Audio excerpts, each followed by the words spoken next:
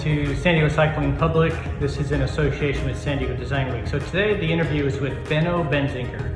And Benno is an amazing guy. He started Electra bicycle, and that was still is a huge success. And then his second company is called Benno, and he has developed a line of electric bikes. He's always been ahead of the curve, Benno, and I'm fascinated by how he works. He's also an excellent designer. He designs most of these things himself. So I went up to his studio in Del Mar to spend some time with him, this full life around the bicycle. Hello, Benno. Hey, Ron. Good to see you. Thanks for coming. I'm happy to be here. I have such great admiration for you and what you do. Thanks for giving us some time. So this is for San Diego Cycling Public and also for the San Diego Design Week, which is a celebration of all things design in San Diego.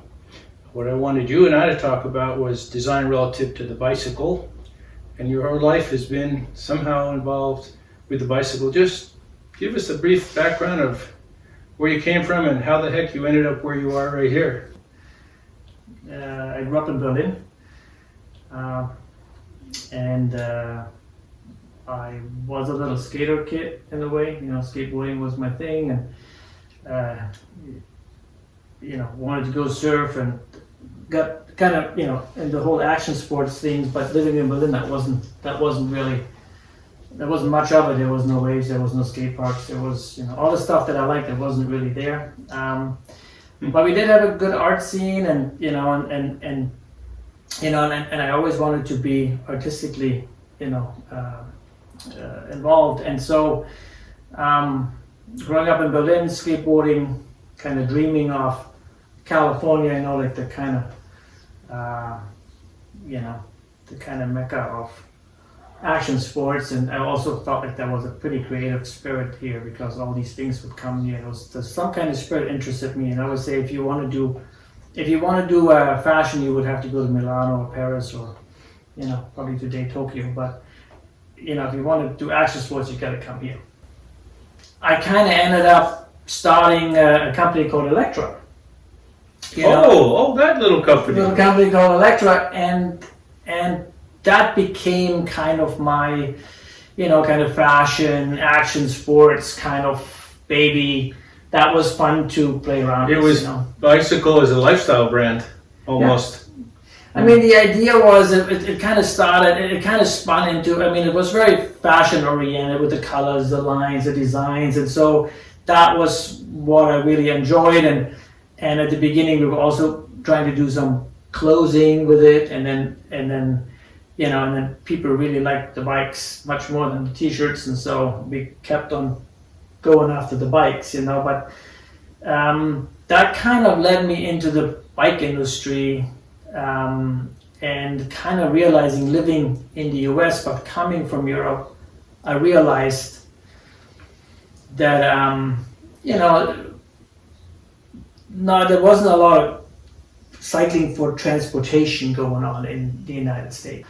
And so I always thought it'd be fun to inspire more people to ride bikes and get them out of their cars and all that stuff. Even back in 1993, when we kind of started this company, my bikes were promising visually such an amazing experience because they looked so beautiful. But I didn't think they were that amazing from the way they rode. And I said, what did I say? I said, I want the bike to, I want the bike to keep the promise that it visually appears to have. So when I like a product. When you buy a product, you could buy a car and you go up there and you say, that is a beautiful car, and you buy it because it's beautiful and the lines are beautiful. And then you get inside and then you drive it, and that's even better. Yeah, it's the difference between styling and true design. Right. Styling can be very seductive, but you don't really commit to something until it functions. There's so many products out there that promise you some amazing experience, and then they fall short with the actual thing that they're supposed to do. Right. And it drove me, and that was kind of, there was a few epiphanies in there. One of them is really like, when you do stuff that looks great, people are going to believe it is great. So make it great. Okay, so that became that second layer, and of course, and that's exactly where I might have grew as a designer, because I studied graphic design. So the visual thing, to make the frame look good, pick a nice color, nice seed, and all that is what I kind of went to school for, right? But to actually make it really good, that was a layer that I didn't. I just really love that story, because it mixes. The word design is confusing to people, and they tend to want to know what it is you design. Is it graphic design or theater design or fashion design? And really, design runs this way. Right. It doesn't run this way. Vertical, and that's what, you're cutting right through these different silos, because the process takes you all the way through. It was 2008. We sold Electra to private equity guys, and then I stayed on until 2010 to work with them. And then eventually in 2014, Electra sold the track. I realized, if I could carry things on a bike, that would make a huge difference.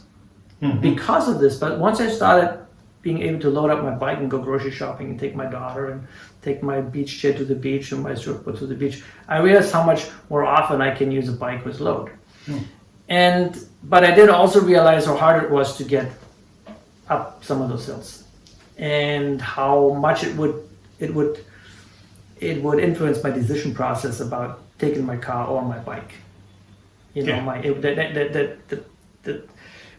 was like, the hill is too steep, I'm going to take. So later on, we started playing around with the electric motors in conjunction with cargo. I realized that the motor is there to kind of take all the weight away of your bike. So the cargo, and that was kind of the fascinating thing for me, is all of a sudden, I wasn't thinking about hills anymore. I wasn't thinking about distance. I wasn't thinking about weight. I just wanted to ride my bike because it became so easy. And so when I realized that with a motor on my bike, I could, it would overcome all these objections, too far, too hilly. I don't want to get that sweaty. I can't carry enough. I'm like, wow. I mean, this is like, I realized that this is the game changer. I realized how much of a game changer this could be. And it kind of inspired me to do this second venture, do Benno bikes. From the ground up. And so I always say, I think with Benno bikes, it was the opposite. The one thing that I had was the motor. I had a motor. I see, the complete opposite of what others would do. I've got a frame, let's stick a motor on it. Right. Yours is, I've got a motor, what would the frame be? Exactly. So I had a motor, and I built a bike around the motor.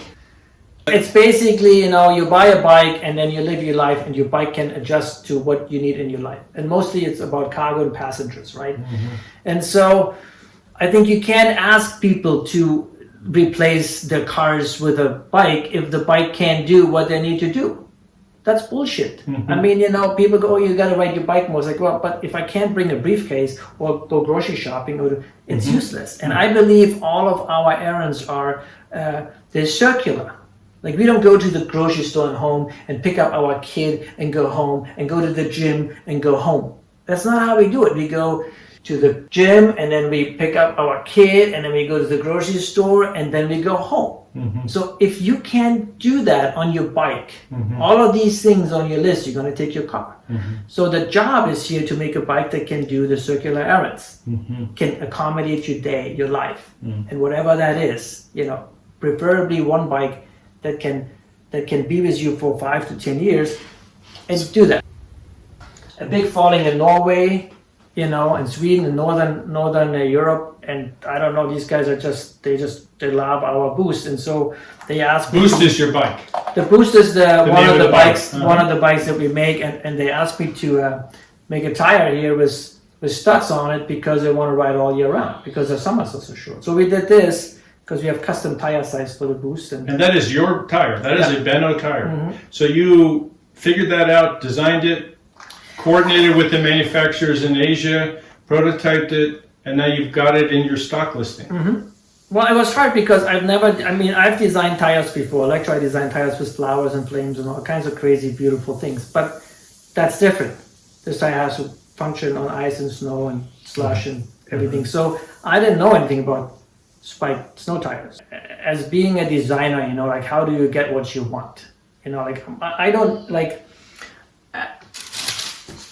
like I don't do 3D. I don't even do 3D design. I don't know how. I mean, I know how to turn around on a viewer, you know. But I like honestly, like my life is. I'm very old school. Like I do. These are rack I designs. still do like sketches, or I Yeah. mean, my stuff is it's just. Yeah. I mean, it's nothing. It's like what I'm saying. The things that I do, just is what anybody can do that. Anybody has a pen and a paper, and so I think what we need to do sometimes as designers, you know, we gotta learn how to be or go back to be conceptual, and I think that makes maybe guys like you and me different, you know, from a younger generation. Because when you always sit on that computer and you never get your head out of the computer on the paper, you get so caught up in the minutiae of things. Okay, I compose and I conduct, you know, and yes, I can do, because I know what I want. I know what the song should sound like. And I know how all these musicians have to play together. And my job is it to make them greater. You know, I mean, if the musicians, everybody can play on their own, but if they play together, the sound of that is so much better than what I can create. At the beginning, they hate working with me because I'm particular and I make them change it and I do it again. At the end, they feel rewarded because it's a gift to get something out of people that's better than what they normally do. You know, and I think I like to fish for that extraordinary result out of a person. I always say my hand is doing, you know, my eyes are watching, and my stomach is judging. That's how it works. My brain moves my hand, okay? And my brain makes my eyes see, and my brain takes it down to my stomach, but the stomach goes, that's it. I know what I like. I don't know what you like. And when I designed the Townie and it became successful, I learned that I was able to follow my instinct and that other people would like it too. You know, I mean, this whole idea that I designed for myself and that other people, you know, that other people enjoy it as well, it just works better for me than trying to figure out, you know what. I mean, I used to have a design agency, I used to have clients, and I used to think about what they want. And I mean, and everything that comes out is not pure, it's not right, it's kind of manufactured, you know. I like to think that one of the most valuable things about learning design or design thinking is the critique process. That's what you learn in school, is to put things up on the wall like you have behind you and be objective about what works and what doesn't work, and refine and try others, and not fall in love with anything until you know it's right. Yeah, can't fall in love. You can't fall in love. You know, it's all about the distance. You know, you have communities that are, you know, that are closer together, you know, where people don't have to go so far. It's more likely for people to take their bikes. You know, I think, so I think it's a combination of the different things. It's like, you know, and this was interesting about COVID in a way, where there's so many people that learn how to live, how to work from home. I work from home anyway, but, you know, it's interesting, like we have these people that drive to work for no reason, and now so many people figure out, look, I can do online meetings, I can work from home, and so the need to get in your car and drive to your office is much less now, right? I think you gotta break the habit of always choosing your car keys. It's a habit. You go out of your house, you grab it. It's the given. It's the car. You always leave the house, you take the car. If you can make a conscious decision, you know, between your car keys and your bike lock, every time you leave the house, you're gonna, can I take my bike? But again, you're gonna have to make a bike that people want to ride. It's exciting. So I want them to want the lock. Oh shit, I gotta take the car. But it's a bike day or it's a car day. If you can make that decision, we're already halfway there, right? So all I do is I put products out that inspire other people to use it and think bigger and different, and they go, and what is so wonderful for me, if I have somebody that says, oh my God, your bike changed my life, and I get that a lot, like, your bike changed the way I live. I commute, or I plan my day, or how I feel in the evening, or what I think when I wake up. When they say that, then I know my time wasn't wasted. That's my biggest compliment. It's not how many bikes did I sell, how much money did I make, but the one person that goes up to me and said, Benno, you changed my life, has given, the bicycles and the e-bikes and utility bikes, or my bikes, a chance to be recognized, to be seen, to be, like I always say, it's almost, when you're like the opening band, on a concert and the headlining band doesn't show up. And you get to headline. And these people go, wow, this band was actually really good. They were great. Then sometimes as a designer, as a company, you need that chance. You need the chance to headline. I learn a lot from you as a designer, as a citizen, as a lover of bikes. I feel a real kinship to how you go about things, and I think you're an inspiration to a lot of people in San Diego who have yet to meet you or have yet to ride Benno, because I think you're at that point where you're doing a lot of things well and you're doing them for self-satisfaction, and out of that is also coming success. So that's rare, and I think it's the kind of thing people need to see more of, because it's an inspiration.